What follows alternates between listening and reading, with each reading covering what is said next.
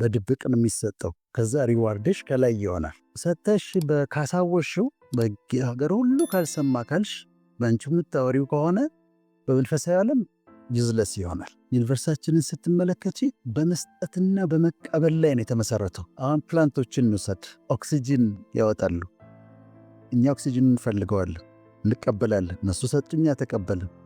እኛ ካርቦን ዳይኦክሳይድ እናወጣለን፣ እነሱ ካርቦን ዳይኦክሳይዱን ይፈልጉታል። እኛ ሰጠን፣ እነሱ ተቀበሉ።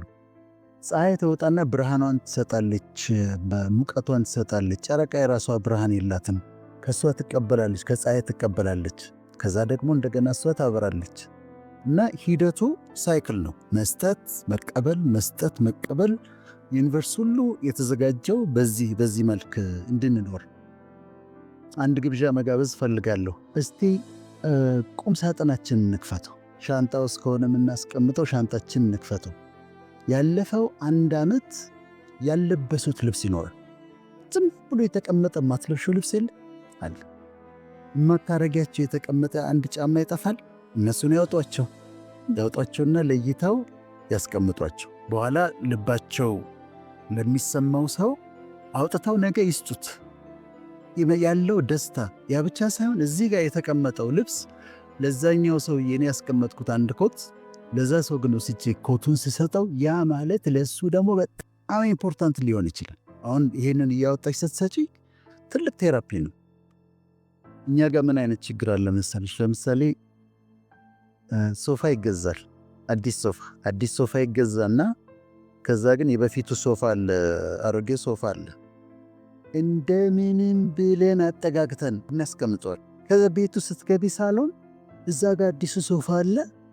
ከዛ አሮጌ ሶፋ ግን ጥግ ተደርጎ ተቀምጧል። ግን ምንድነው መሆን ያለበት? አዲሱ ሲመጣ አሮጌው መውጣት አለበት። አሮጌ ሶፋ ሌላ ቤት ሄዶ እኮ በተሰባበረ ወንበር ያለበት ቤት ውስጥ ደንበኛ ሶፋ ይሆናል። ያንን ማድረግ አለብን። you have to get rid of it። መውጣት አለበት። ካንቺ የሚጣለው መጣል አለበት። ለሰው የሚሰጠው መሰጠት አለበት። በጣም ለአእምሮ፣ ለጤንነት፣ በተለይ አሁን ለደስታ የሚሰጡ ሰዎች እጅግ በጣም ደስተኞች ናቸው። አሜሪካን ሀገር የተደረገ ጥናት አለና እነዚህ ቮለንቲር የሆኑ ትላልቅ ሰዎች አሉ፣ ሽማግሌዎች፣ ወንዶችም ሴቶችም ግሮሰሪ መጡና በነፃ ቮለንቲር አድርገው ይሰራሉ እና በነፃ ይሰጣሉ፣ ያገለግላሉ። ግሮሰሪሽን ይዙልሻል፣ ያስተናግዱሻል፣ ጊዜያቸውን ይሰጣሉ። የእነዚህ ሰዎች ላይ ሲጠና እድሜያቸው ረዥም ነው፣ ቶሎ አይሞቱም፣ ጤንነታቸው ከሌላው የተሻለ ነው፣ በጣም ደስተኞች ናቸው፣ ኤክሳይትድ ናቸው። እና ይሄ የጀነሮሲቲ የሼሪንግ ሳይኮሎጂ በጣም ኢምፖርታንት ነው። ስነ ልቦና የአለመስጠት አንደኛው አለማወቅ ነው። ከመስጠት ጋር ያለውን ነገር አለማወቃችን ነው። ግን ደግሞ እኔ በጣም በጭንቀት ከሆነ ያደግኩት፣ በምሳሌ በመስጠቴ ያጎድለኛል ብዬ የማስብ ከሆነ ለመስጠት አልችልም። ያ ኮንፊደንስ ማጣት ይኖራል። ሁለተኛ ከመስጠት ጋር ያለውን ነገር አለመረዳት፣ በመስጠት ያለውን ደስታ፣ ሰልፍ ስቲም ማደጉን፣ ዩፎሪያው ደስታ የሚመጣውን አለማወቅ። ከዛም ደግሞ መንፈሳዊው ዓለም ከአንቺ እጅ አንድ ነገር ካልወጣ ከእግዚአብሔር እጅ አይወጣም ይባላል። ምክንያቱም ስጡ ይሰጣችሁማል የተባለው ቀድሞ ነው። ስጡ ይሰጣችኋል የተባለው እና በምትሰፍሪበት መስፈሪያ ይሰፈርልሻል። እንደዛ ነው የሚለው። በምትሰፍሩበት መስፈሪያ በዚህ ሰፈርኩኝ አይደለም፣ በዛው መስፈሪያ ይሆንና ግን ተጨቁኖ ተጠቅጥቆ እየተነቀነቀ ተጨቁኖ ተጠቅጥቆ ይሰጣችኋል ይላል። ሰተሽ መቀበልሽ የግድ ነው። ለድሃ ቸርነት የሚያደርግ ለእግዚአብሔር ያበድራል ይላል። ግን የምትሰጭበትን ቦታ ደግሞ ማወቅ ኢምፖርታንት ነው። የተረፈው ሰውዬ ሄደሽ ብትሰጪ እግዚአብሔርም አይቆጥርልሽ፣ ሰውየውም አይደሰትም። የሰጠሽው ሰው ዋት ነው የሚለው። ለሚገባቸው ለሚያስፈልጋቸው ሰዎች መስጠት ኢምፖርታንት ነው። ከዛ የምትለማመጂው ነገር ነው። እንደው እንደ ሱስ የሆነ መስጠት። አንዴ ስትሰጪ ያለውን ደስታ ስታዩ ከዛ በኋላ መስጠት ትፈልጊያለሽ፣ ትለማመጂዋለሽ። ላይፍ ስታይል ይሆናል። መስጠት ላይፍ ስታይል እየሆነ ይመጣል። ስጦታ የሚሰጡ ሰዎች አንደኛ ከጭንቀት ብዙ ጊዜ ጭንቀት አይኖራቸውም። የድብርት ዲፕሬሽን የሚባለው በሽታ ፍቱን መድኃኒት ነው ስጦታ መስጠት። ስትረስ ብዙ አይነት በሽታዎችን ደም ብዛት፣ ስኳር፣ ምን ብዙ አይነት በሽታ ያመጣል። የመስጠት ህይወት ያላቸው ሰዎች እነዚህ ችግሮች ይቀንሱላቸዋል። ከዛ ደግሞ ይሄ ዩፎሪያ የሚባለው ነገር ደስታ፣ ከመጠን በላይ የሆነ ደስታ አሁን በምትሰጭበት ጊዜ ይሄ ኒውሮሳይንስ ነው።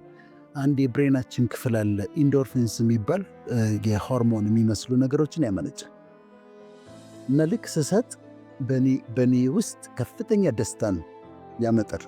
በጣም አስፈላጊ ነው መስጠት ለጤንነትም ለአእምሮ ጤናም እጅግ በጣም አስፈላጊ ነው። ስጦታን ስናይ የተለያዩ ነገሮች ሊሆኑ ይችላሉ። ብዙ ጊዜ ስጦታ ስናስብ ገንዘብን ብቻ ነው የምናስበው። ግን አዎ ገንዘብ ስጦታ ነው፣ ዕቃ መስጠት ስጦታ ነው። ግን ስጦታ የማይመስሉን ነገሮች አሉ። ለምሳሌ ጊዜ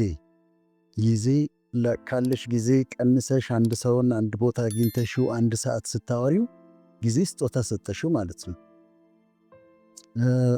በጣም ደስ የሚለኝ ስጦታ ደግሞ ኮምፕሊመንት ሉክ ዌል፣ በጣም ሉክ ጉድ ስትይ ጓደኛሽ ወልዳ ተነስታ ትንሽ ክብደት ጨምራ መልኳ የጠፋባት ሲመስላት አግኝተሻት አንቺ ሰው ወልዶ ተኝቶ እንዲያምርባታል ስትያት፣ ያንን በማለትሽ ብቻ በሷ አእምሮ ውስጥ በሷ ሰልፍ ኮንፊደንስ ውስጥ የሚጨምረው ነገር አለ።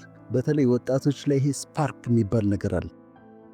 አንድ ወጣትን አግኝተሽው ለ5 ደቂቃም ላይፈጅ ይችላል።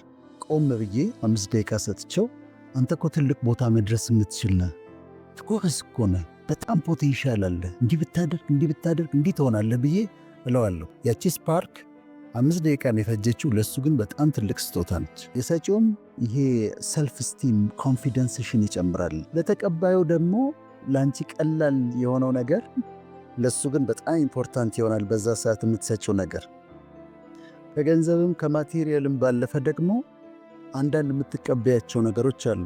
ለምሳሌ እኔ የአባቶች ቀን ላይ ልጆቼ ጽሑፍ ይጽፉልኛል። አንተ በቃ እንዲህ አድርገህ እንዲህ አባታችን። ያቺ ስጦታ አልጥላትም። መኝታዬ ኮመዲኖ ጋር ነው የማስቀምጣቸው እና ላስተማረሽ አስተማሪ ታንኪዩ ብለሽ ካርድ ስትልኪለት፣ ላሳደጉሽ ወላጆች ታንኪዩ ብለሽ ስትነግሪያቸው፣ እነዚህ ሁሉ ስጦታዎች ናቸው እና ለሰጪውም ፈውስ ነው። ስጦታ ይተላለፋል። ለተቀባዩም ደግሞ በጣም በሚያስፈልገው ጊዜ ልትደርሽብለት ትችላለሽ። የስጦታ እንደውም ትልቅና ትንሽ የለውም የሚባለው። ምክንያቱም አንድ ሰው ከልቡ መስጠቱ ነው። ከልቡ ሲያደርገው ታውቂዋለሽ። የመጠኑ አይደለም፣ እንደ አቅሙ የሰጠኝ ስጦታ ያስደስተኛል እና የተገዛበት መጠን ሳይሆን ሞቲቭ፣ ፍቅሩ፣ ያንን ነገር አስቦ ማምጣቱ፣ ያንን አስቦ ማድረጉ ነው ክብር የሚሰጠው ስጦታ። ከዛ ተቀባዩ ደግሞ ያጨዋ መሆን አለበት።